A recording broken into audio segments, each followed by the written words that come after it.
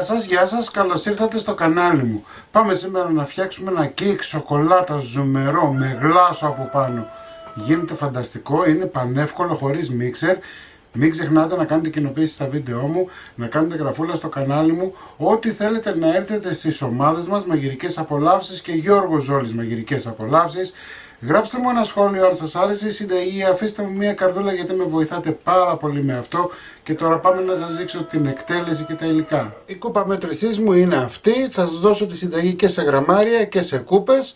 Εσείς θα επιλέξετε αν τη φτιάξετε με γραμμάρια ή αν τη φτιάξετε με κούπες. Έτσι. Λοιπόν, 250 γραμμάρια χωρητικότητα σε νερό.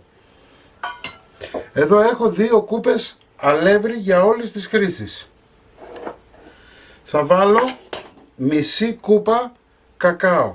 Πάντα κοσκινίζουμε το κακάο γιατί δεν θέλουμε να έχει σβόλους. Θα ανακατέψω. Από αυτό το μείγμα θα πάρω μία κουταλιά. Εδώ έχω βουτυρώσει μία φόρμα 26, 27, 28, ό,τι έχετε. Θα πάρω μία κουταλιά και θα θωρακίσω τη φόρμα μου με το αλεύρι για να μην μου κολλήσει. Η φόρμα μου είναι έτοιμη, αλευρωμένη και βουτυρωμένη. Στο μείγμα μου αυτό εδώ θα βάλω τώρα 2 κουταλιές του γλυκού baking powder, μία κουταλιά του γλυκού σόδα. Θα ανακατέψω και θα το αφήσω στην άκρη. Σε ένα μεγάλο μπολ θα βάλω 4 αυγά, μία μισή κούπα ζάχαρη, 360 γραμμάρια. Το αλεύρι που σας είπα είναι 300 γραμμάρια, είναι 2 κούπες, έτσι. Και το κακάο είναι 70 γραμμάρια, 75 γραμμάρια, μισή κούπα. Ανακατεύω πάρα πολύ καλά. Εννοείται ότι αν θέλετε να το κάνετε με μίξερ, μπορείτε να το κάνετε και με μίξερ. Θα βάλουμε λίγο εκχύλισμα βανίλιας. Εάν δεν έχετε εκχύλισμα βανίλια θα βάλετε 2 κάψουλες. Εδώ έχω μία κούπα γάλα, 250 γραμμάρια. Μία τσιμπιά αλάτι. Μισή κούπα βούτυρο. Μπορείτε να βάλετε αν θέλετε και σπορέλαιο, έτσι, για όσες κυρίες κύριοι θέλουν. Είναι 120 γραμμάρια. Πάμε σιγά σιγά να ενσωματώσουμε το αλεύρι μας με το κακάο.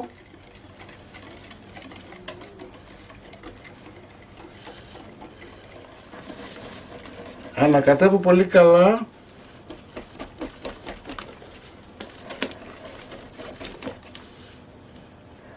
Μαζεύω με μία σπάτουλα.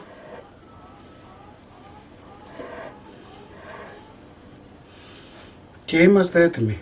Λοιπόν, περιμένουμε να ζεσταθεί ο φούρνος όπως σας είπα στους 160 βαθμούς αντιστάσης. Ωστόσο εμείς θα βάλουμε τώρα το κέικ μας, το μείγμα του κέικ στη φόρμα.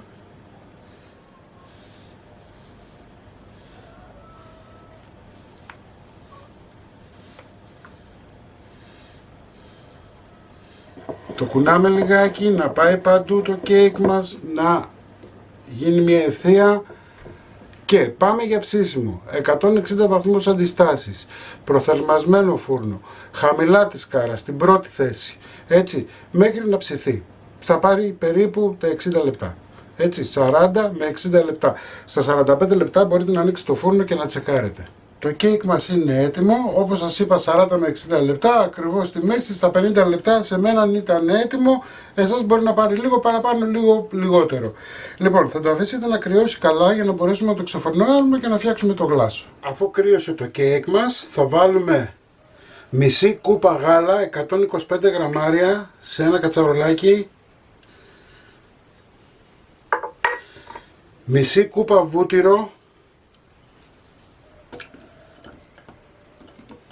115 γραμμάρια και ανάβουμε τη φωτιά μας.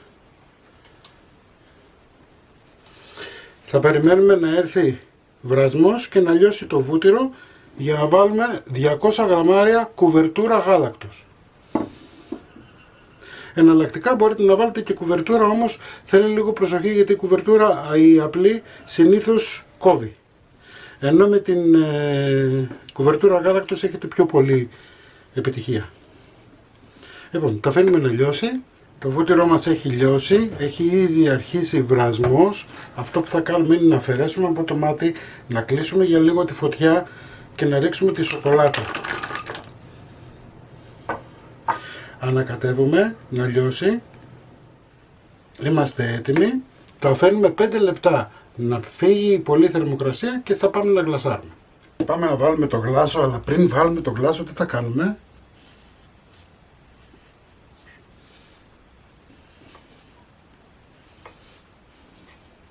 Πιστεύω ότι καταλαβαίνετε γιατί το κάνω αυτό,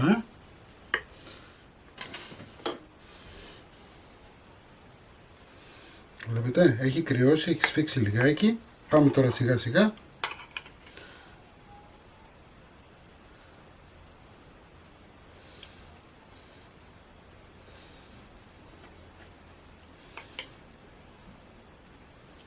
Δεν θα μου το ρίξει το όλο μαζί, το πάμε σιγά σιγά για να ρουφήξει αυτό που πρέπει να ρουφήξει το κέικ μας και να γίνει φανταστικό. Αφού το αφήσαμε και πότισε, βλέπετε, κοιτάξτε πως γίνεται η σοκολάτα. Αυτό το γλάσο που σας έδειξα, το ίδιο είναι.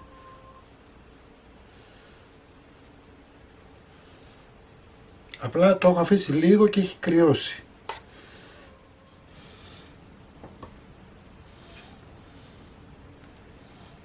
Λοιπόν, το κέικ μας είναι έτοιμο. Αφήστε χρόνο να σφίξει λίγο το γλάσο. Βλέπετε, εμένα πλέον δεν είναι ρευστό. Σφίγγει και βέβαια για να γίνει σωστή η ζυμιά θα πασπαλίσουμε με τρούφα, έτσι. Βέβαια τώρα αν ξέρετε και αν νομίζετε ότι η τρούφα σας παχαίνει, μην τη βάλετε. Λοιπόν, κομμένο και έτοιμο, θα το δείτε στην αρχή του βίντεο, όπως πάντα. Εσείς να μην ξεχνάτε να κάνετε κοινοποίησεις στα βίντεό μου, να κάνετε εγγραφούλα στο κανάλι μου, ό,τι θέλετε να έρθετε στις ομάδες μας Μαγειρικές Απολαύσεις και Γιώργος Ζόρις Μαγειρικές Απολαύσεις και θα τα ξαναπούμε σύντομα με ένα επόμενο βίντεο. Γεια και χαρά σας!